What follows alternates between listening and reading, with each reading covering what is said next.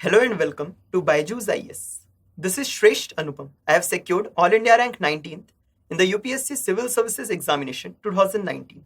Today, I am here with you to discuss the requirements of writing an essay, how to write a good essay in the UPSC examination, and also how a philosophical essay is different from a content-driven essay, and what are the separate requirements of writing both types of essays. So today, we will discuss, first of all, how to use anecdotes, quotes, etc. for writing an effective introduction, and also how the anecdote varies from the philosophical essay and the non-philosophical essay. We would understand that why it is important to maintain the flow while writing an essay and how this flow is to be maintained. We would also discuss writing of the conclusion for the essay, the penultimate conclusion, as well as the final conclusion. We would understand specifically how to deal with philosophical essays, because philosophical essay is one area wherein candidates face maximum difficulty, as the content which we have prepared does not come in handy in the philosophical essays, and our expressive part is more reflected in these type of essays. Finally, we would also understand that how the various content which we have gathered during our entire general studies preparation would come in handy during the essay preparation. We will discuss the two major broad types of anecdote that we can use while writing the essay in the UPSC examination. Now, the first type of anecdote is wherein we use examples or stories from the lives of famous personality. Now, all of us have either read stories or have heard stories or famous examples from the lives of these personalities, wherein we are taught values like courage, dedication, hard work, etc. And all these values and all these stories will come in handy while writing the anecdote part. The second is wherein we make on-the-spot anecdotes. Now, this part will specially be useful while dealing with essays of social relevance, for example, health, education, etc. Give an example of an essay question which was asked in the 2019 paper so that you can get a better understanding of how to write an anecdote and which anecdote more useful for which type of essay. So there was a question which was asked in the section A of the essay paper of 2019, which read, "Courage to accept and dedication to improve are the two keys to success." Now, this is a philosophical essay wherein we have to show that how the courage to accept a particular situation and the dedication to improve at the same time are the two key factors which has led to success. Now, this is an example of a type of a topic in which we can use examples from the lives of famous personalities. So the first example which comes in mind is Mahatma Gandhi. And if we talk on the world level, so an example which comes in our mind is Abraham Lincoln. Now we will see that how we can use various instances and various examples from the lives of these two famous personalities for dealing with an essay topic like this. Now, coming to Mahatma Gandhi. So Mahatma Gandhi played a pioneering role in the Indian freedom struggle.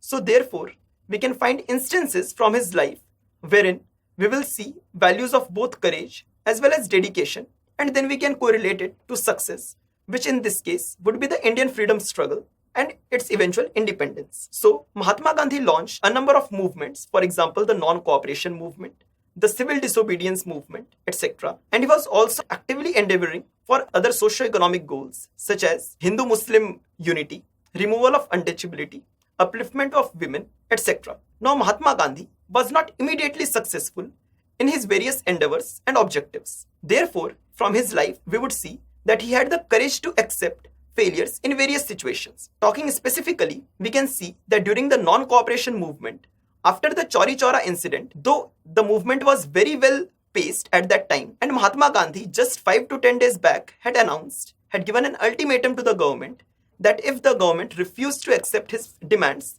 then he would launch a full-fledged struggle. However, after the Chauri Chaura incident, Mahatma Gandhi stopped the activities of the movement and rather went for constructive activities. So he had the courage to accept that the movement was not moving towards its objectives. Mahatma Gandhi had always held that non-violence was a sine qua non for the Indian freedom struggle, and when he saw that due to the Chauri Chaura incident, his ideal of non-violence can be diluted to an extent, then Mahatma Gandhi had the courage to accept that India is not yet ready for achieving independence. We will also see from Mahatma Gandhi's life that he had the dedication to improve from various aspects. Now, it is well known that Mahatma Gandhi had a habit of doing various things which he implemented in his own daily life, as well as he tried to imbibe them in his followers as well. So Mahatma Gandhi experimented on himself, and or whenever he saw that there was something which could be improved upon, then Mahatma Gandhi was very keen and very ready to accept that particular flaw of his, and he always showed the dedication to improve. Even talking about the freedom movements, Chauri Chaura incident. So Mahatma Gandhi saw that because India was not yet ready for a full-fledged non-violent struggle, therefore he tried through his constructive activities, he tried to improve the communal brotherhood, the sense of unity and integrity among the people of India, which in turn led to further success of his later movements. Thus, from Mahatma Gandhi's life, we can see examples of both the courage to accept a particular situation and also the dedication to improve, and how they not only played a role in his individual greatness and success, but they also culminated in the country's freedom. Similarly, the life of Abraham Lincoln, the President of United States, is also filled with various examples wherein he showed the qualities of courage as well as the dedication to improve. Now, it is a well-known fact that Abraham Lincoln lost various elections not only at the presidential level, however, even at the lower levels, for example, in the district, at the state, etc. However, he showed the courage to bounce back from each failure of his, and he had the courage to accept a particular failure, a particular situation, and also the resolve to do better the next time. Therefore, from his life, from the various failures that Abraham Lincoln faced, we can see examples of both the courage to accept and the dedication to improve, which will come in handy while writing an anecdote for this essay. So this is one type of anecdote wherein we use examples from the lives of famous personalities, and they specifically come in handy while writing philosophical essays, because philosophical essays are more based on expressive style rather than on content. Therefore, by writing such an anecdote as the introduction, we can show that this is the type of values, or this is the type of essay that we are going to write, and this is the introduction. Thus, the introduction sets the premise for the body and the conclusion that we are going to write. Now, coming to the next type of anecdote, which we can develop on the spot. So, for illustrating this, I have again picked up another topic from the 2019 essay paper. So, this topic was in section B of the 2019 essay paper, and it reads, "Neglect of primary health care and education in India are the reasons for its backwardness." Now, in this essay, we have to deal with two major things. First, that how the primary healthcare is neglected in India. Secondly, how education is neglected in India. And then we have to correlate it with India's backwardness. I attempted this essay as well as the previous essay in my 2019 civil services examination. So for this essay, I developed two on-the-spot anecdotes, one for health and another for education. Now, because we have read both health and education while preparing for our general studies as well as while preparing for our essay, thus we have lots of facts, figures, data, etc. for both health and as well as education. Now the important question is, how can one give a good introduction or a good anecdote for this part? Now, talking about primary health care, we know that the situation of primary health care in India is not very good. It's quite dismal in many states, and even in some areas where the performance is good, there is a scope of improvement. So, how to write an anecdote for showing that the primary healthcare in India is neglected, and also showing how education is neglected. So, for primary healthcare, I wrote an anecdote wherein I used the example of a random person. Let's call that person Ram. So what I did was that I showed that there is a primary healthcare center in a particular district from where Ram belongs. And now this primary healthcare center is not functioning properly. The local level healthcare workers, for example, the Anganwadi workers, the Asha workers, etc., are not well trained, and also they are not readily available. Also, the nearest well-maintained and well-running hospital is quite distant from the area where Ram comes from. So Ram comes from a remote place in the district, and the nearest district hospital is at least 20 to 30 kilometers from the village where he comes in. And thus, through using this anecdote, I showed that how the primary healthcare situation in case of Ram's particular situation. So Ram here is an illustration of all Indians who are not able to avail primary healthcare facilities. And then I linked it with India's backwardness. So I showed that how, due to the dismal situation of the primary healthcare facility in Ram's case, in case of a medical emergency, Ram was not able to provide quick medical assistance to his wife, and thus which eventually led to the untimely demise of his wife. In the second anecdote, which dealt with education. So we have to show that neglect of education is a reason for India's backwardness. So herein, I gave an example of another fictional person. Let's say we will call that person Simran. So I showed that Simran goes to attend a primary school in her village. However, what happens is that many a time the teachers are absent in that school. The quality of education which is being imparted is not very high. The teacher often engages the students in menial tasks, and also the textbooks and other materials are not readily available. Now, due to this neglect of primary education in India, all the dreams and aspirations of Simran of becoming a doctor or an engineer in the later life, so these aspirations are curtailed because the level of primary education which she is getting is not very great, and thus her foundation is compromised. Her educational foundation is very weak, and she will not be able to capitalize on this in her later educational years. So using these examples of these two fictional characters, Ram and Simran, as a representative of most of the Indians and the situations that they face and the problems which they encounter in the primary healthcare sector as well as education sector, I was able to illustrate that how the neglect of these two sectors is a reason for India's backwardness. So I hope that you are able to understand the two type of anecdotes. First, examples from the lives of famous personalities, and second, an anecdote in which we use people as an illustration of a general phenomena or a general populace, and then we show their sufferings or their experience as an example to show that what general populace is undergoing or the problems that the general populace is suffering. Now we will deal with the second important topic, which is maintaining the flow. Maintaining the flow is very important in an essay paper. It is even more important than in a GS paper because an essay is a one piece. So we have to write 1000 to 1200 words on one topic, and that should read like a coherent piece. Now what most of us falter in while writing an essay is that we have the content for a particular topic. For example, if we pick the last topic that I discussed, neglect of primary healthcare and education in India are reasons for its backwardness.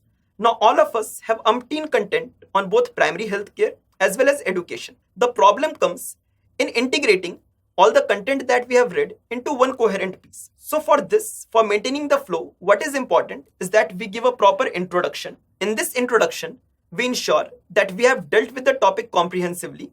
We have shown that these are the major areas that we are going to focus on in the body and in the conclusion. Then in the body part, if we take the example of the last essay, so there are two major things that we have to discuss. We have to discuss primary healthcare and we have to deal with education. And we have to show that how the neglect of these two is leading to India's backwardness.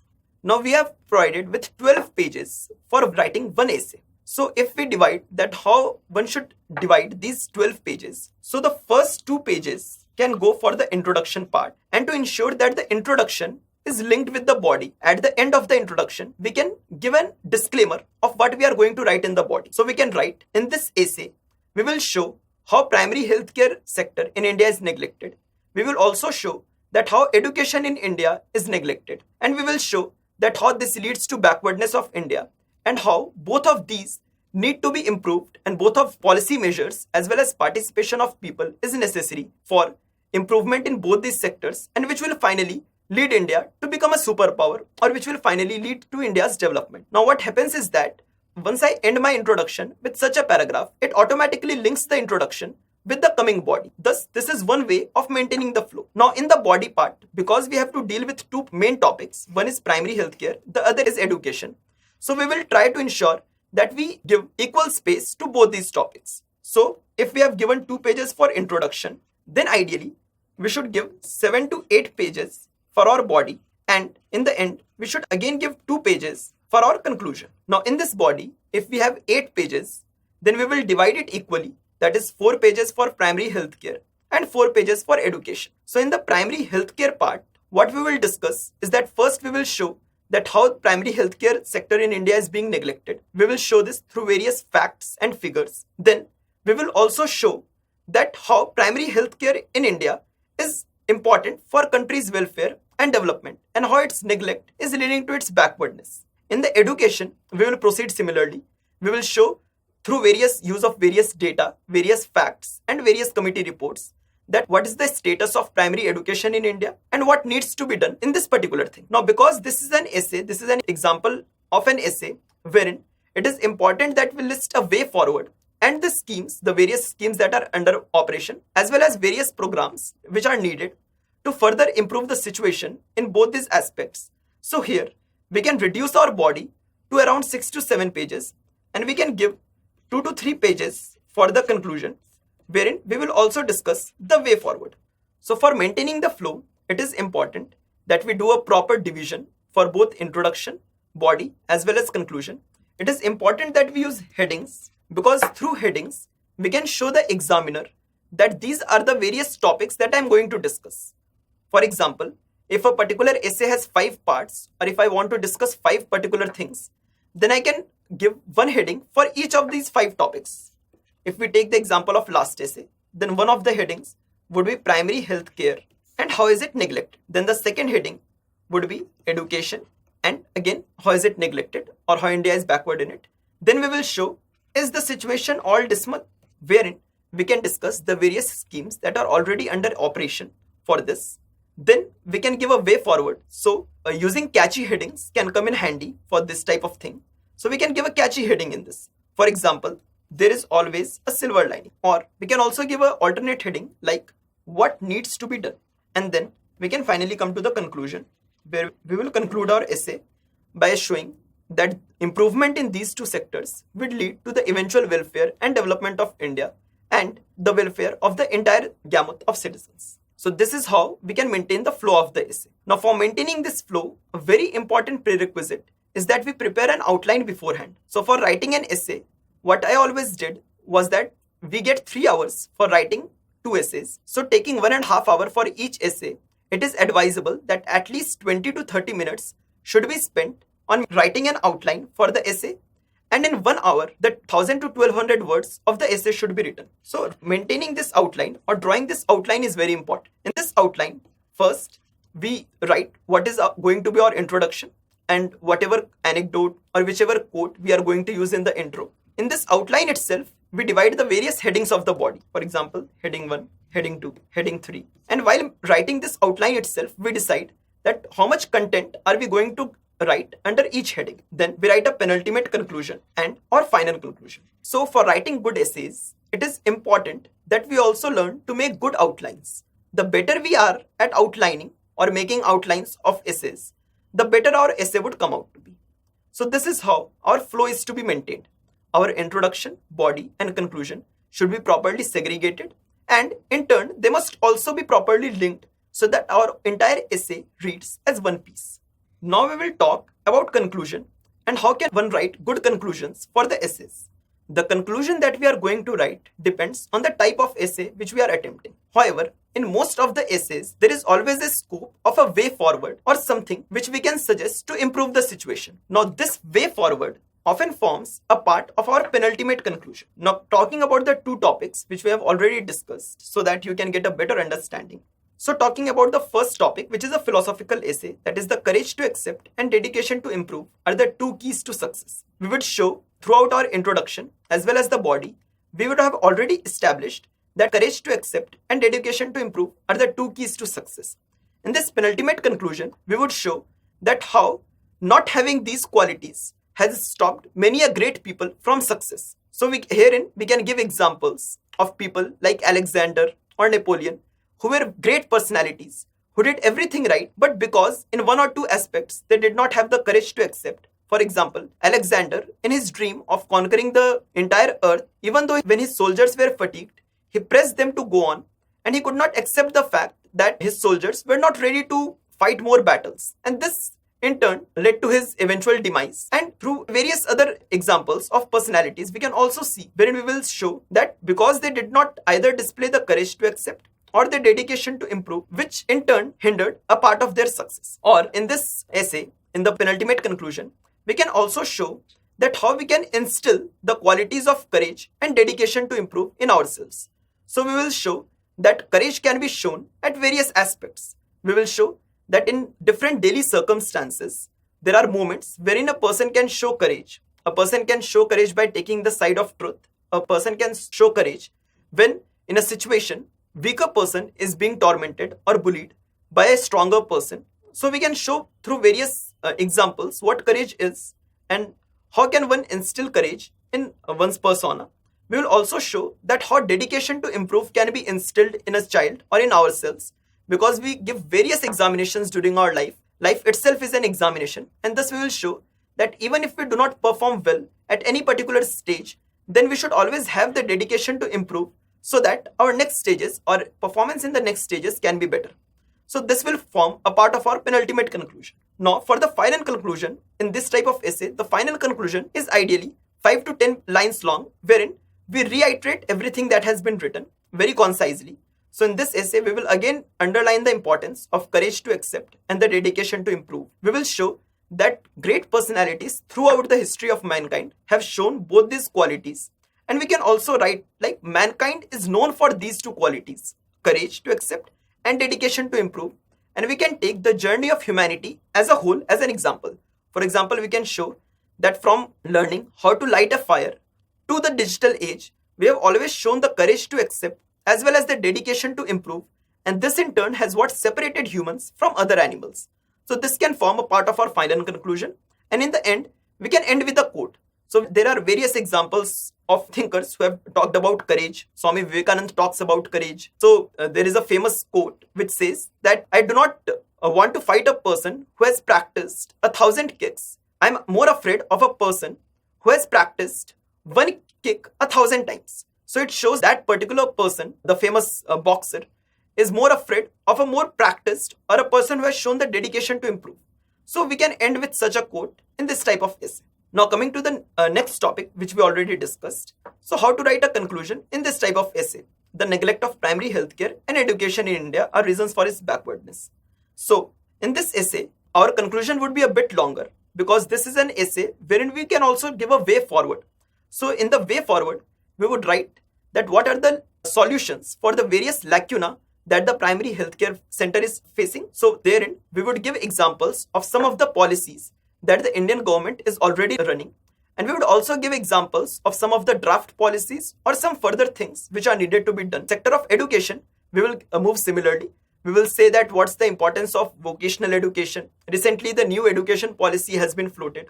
And we will discuss that how new education policy can lead to better educational gains. And in the final conclusion, which will be again of 5 to 6 lines or 5 to 10 lines, we will again underline the importance of both primary healthcare as well as education. And we will show that our performance in these two indicators has held us back from achieving large success or prosperity. And thus, if we are able to deliver on these two things, then India will eventually become prosperous. India will eventually become fully developed. So we can thus give a final conclusion for this type of essay. Now coming to next topic, in which I will discuss that how should we deal with philosophical essays. Philosophical essays are a bit different from our content-driven essays because in philosophical essays, we have to majorly understand the quote or the philosophy which that particular topic is signifying. Then we have to give various examples which show how we can use anecdotes as an introduction for these type of essays. However, in philosophical essays, we will again have to use various examples and stories in the body part 2. For example, when I show that courage is an important ingredient of success, then I will again have to give various examples at that time that how this particular personality displayed courage and thus this in turn led to success. So even in the body part, we will have to give at least 5, 6, 10 examples in the philosophical essays. And in the conclusion, we will again have to discuss the various aspects of the quote or the philosophy. And we will have to show the examiner that we have properly understood a philosophical essay. So now taking a next topic of philosophical essay so that you can get a better understanding. Another questions which was asked in the 2019 question paper was, values are not what humanity is, but what humanity ought to be. We will take another example which is best for individual is not necessarily best for the society. Talking about the first topic which says that values are not what humanity is, but what humanity ought to be. Now in this particular topic, we have to first discuss what are values. Then we have to discuss that why values are not what humanity presently is and why values are what humanity ought to be. So in this, the demand of this particular essay is that we show that what values are. Then we will discuss that how presently humanity is undermining those values, or the values which we consider essential for our progress are not that widespread in humanity. So herein we can talk about the various values. We can talk about the value of courage, the value of perseverance, the value of life itself, the value of conservation, the value of compassion, patience. So we will show how these various values are presently missing in the current day humanity, and we will then show that how these values are what humanity ought to be. Talking about the next topic, which is the best for individual is not necessarily best for society. So in this essay, we have to show that what is the dialectic between an individual and a society. So again, herein we will have to give various examples. For example, we can show that an individual might want to acquire more and more wealth. Even, there are various multinational corporations, there are various individuals who have amassed large amounts of wealth. And we will show that even though an individual may feel that acquisition of material wealth is a desired goal, it is not necessarily good for the society because it can lead to imbalance or inequality. Thus, using examples and understanding of the topic in both these topics or in any topic for philosophical essay, we can show how the particular value or how that particular topic is relevant to current times, as well as we can give various examples from the lives of famous personalities to show the importance of that particular quote or that particular value. Now finally coming the topic of content for an essay. So how can one prepare a content for an essay, and how much can an already prepared content come in handy for writing an essay? So as we have already discussed, in philosophical essays, the content that will specially come in handy would be the various quotes that we have learned, as well as whatever values we have prepared in the preparation of the ethics or the GS4 paper. Also, some of the philosophical essays also deal with societal issues, and therefore the things that we have learned in society can also come in handy while writing the content or while writing an essay on a philosophical topic. On a non-philosophical issue or on a content-driven essay, we will already have content through our GS preparation or what we have prepared separately for essay. For example, an essay can deal with topics like health and education, or it can deal with topic like technology or artificial intelligence, or we can have a topic like disaster management, or an essay can deal with a political topic which may be media regulation, or an instance from example of Indian polity, for example the functioning of a democracy. So we see that these content driven essays somehow derive their content from either of the GS papers, and thus their content can be very well produced in the examination from whatever preparation we have done during the course of our GS study. Content for an essay becomes important because in essay, we have to write 1000 to 1200 words on a particular topic. Thus, it is important that all the content which we write for an essay is relevant for that particular topic, and also our essay has the requisite flow so that these topics, the content which we write for the particular topic, does not seem disconnected. It all seems connected and is thus the essay reads as one piece. I hope that you have understood what are the various nuances and requirements of writing an essay. Hope that I have explained to you how anecdotes are important and how the two different types of anecdotes come in handy for writing two different types of essays. I hope you have understood the difference between philosophical essays and the content-driven essays and what are the requirements of both type of essays. And I also hope that I have explained to you what are the requirements of writing a conclusion and how a good conclusion can be written. In the end, I would again like to reiterate the use of anecdotes. So anecdotes can be prepared at the spot as well as examples from famous personalities, and it is advisable that we keep on reading memoirs or stories from the lives of famous personalities because these will come in handy not only in our essay preparation but also in our ethics preparation.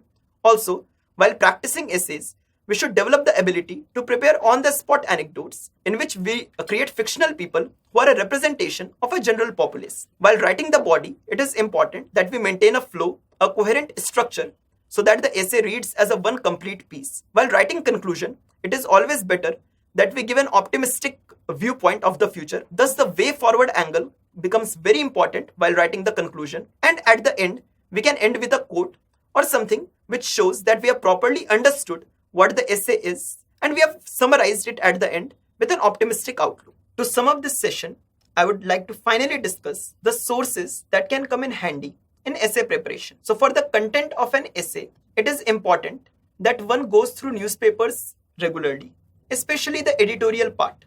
Now an editorial part generally consists of 800 to 1000 words, Thus, we can also gauge the flow of a piece from there, and we can also get content which will come in handy for writing various essays from the editorial part. The explained section of Indian Express newspaper is very essential, and the topics that are discussed in explained section are often very relevant for the GS as well as the essay paper. So explained section can be referred by the aspirants for getting the type of flow that is to be maintained during the essay and also the content for the essay. For philosophical essays, one can go through autobiographies and memoirs of famous personalities such as My Experiments with Truth of Mahatma Gandhi, or A Long Walk to Freedom by Nelson Mandela, or Wings of Fire by Dr. APJ Abdul Kalam. Now it is important that you don't go on reading all these books. By reading 2 or 3 books, Mahatma Gandhi's My Experiments with Truth is very important because Mahatma Gandhi's life contains so many examples that it will come in handy in almost any philosophical essay that you encounter. Apart from Mahatma Gandhi's life, 1 or 2 other books like Long Walk to Freedom or Wings of Fire can be read, and through these books, an idea can be gained that this is how various qualities or various values are displayed by famous personalities. So I hope that you are clear regarding the sources which has to be referred for developing the content of an essay. Thank you.